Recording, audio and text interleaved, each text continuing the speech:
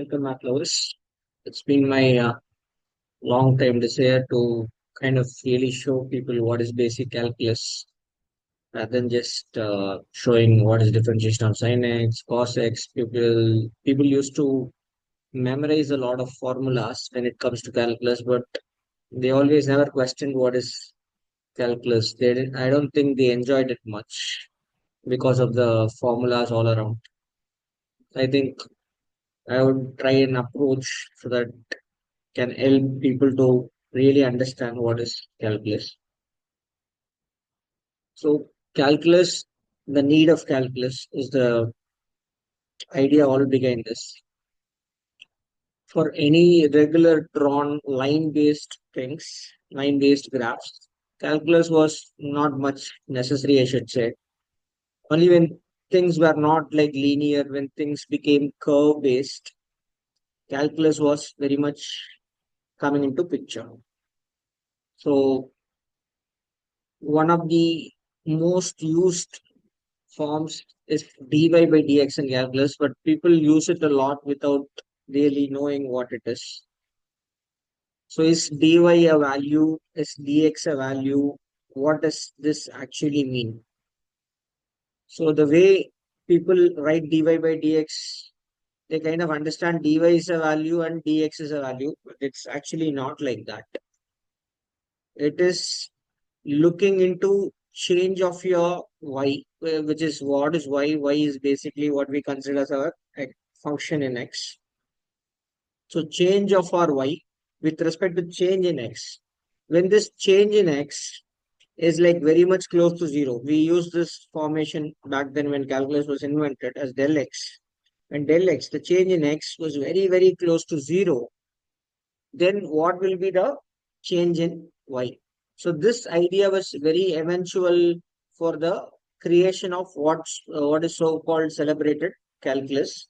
And now people started calling it as slope. Okay, so let's imagine there is a graph like this. So we use the word curve. And what are curves? Curves are basically, if you see now, this is a curve, but if you keep zooming in, if you keep a magnifier and keep zooming it, you will understand closer and closer. You will be just seeing very small straight lines only. So many straight lines put together, joined with some different inclined angles, is actually becoming a curve.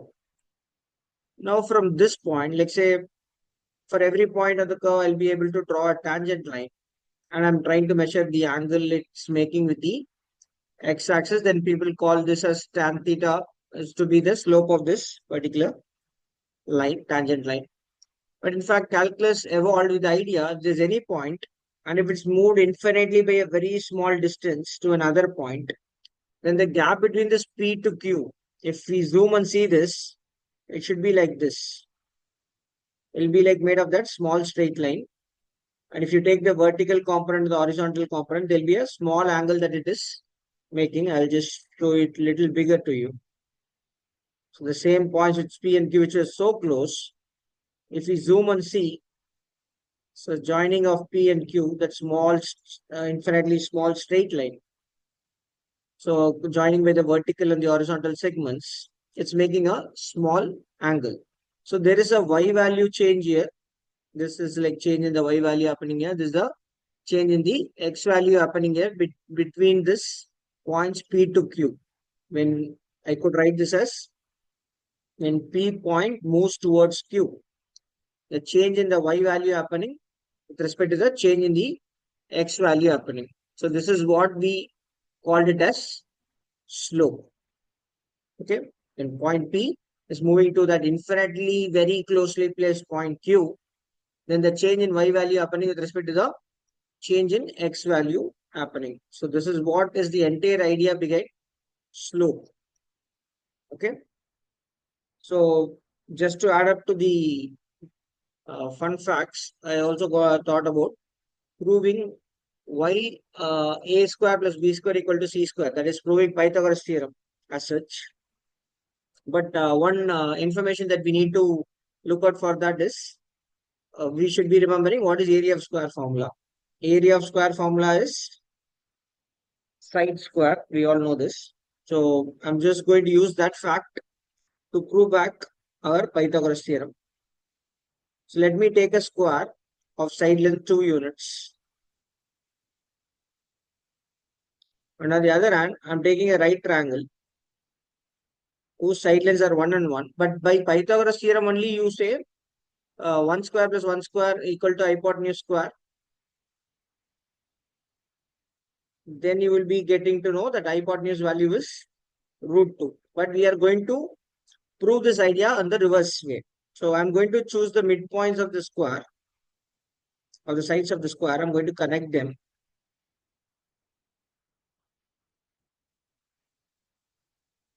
So since I chose the midpoints, these side lengths being 1, 1 everywhere.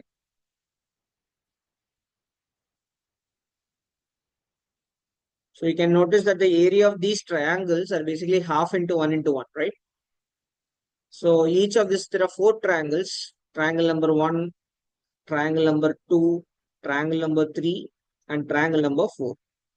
So area of this 4 triangles will all together be 4 times half into 1 into 1, which makes it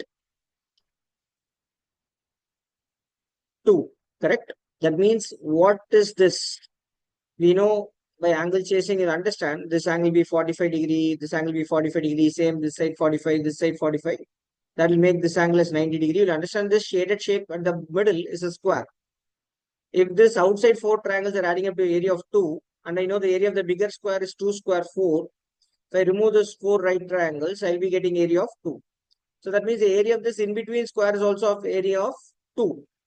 So as I already asked you to think about the area square formula, so you now understand the value of a square equal to 2, meaning a value will be equal to square root of 2.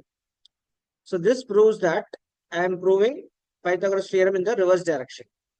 So I just got to know that the side length of the square is root 2, which is confirming our Pythagoras theorem. So in forthcoming classes, we'll get to have a in-depth knowledge and understanding on what is basic calculus, and make sure we don't memorize math, we just start loving math. Start.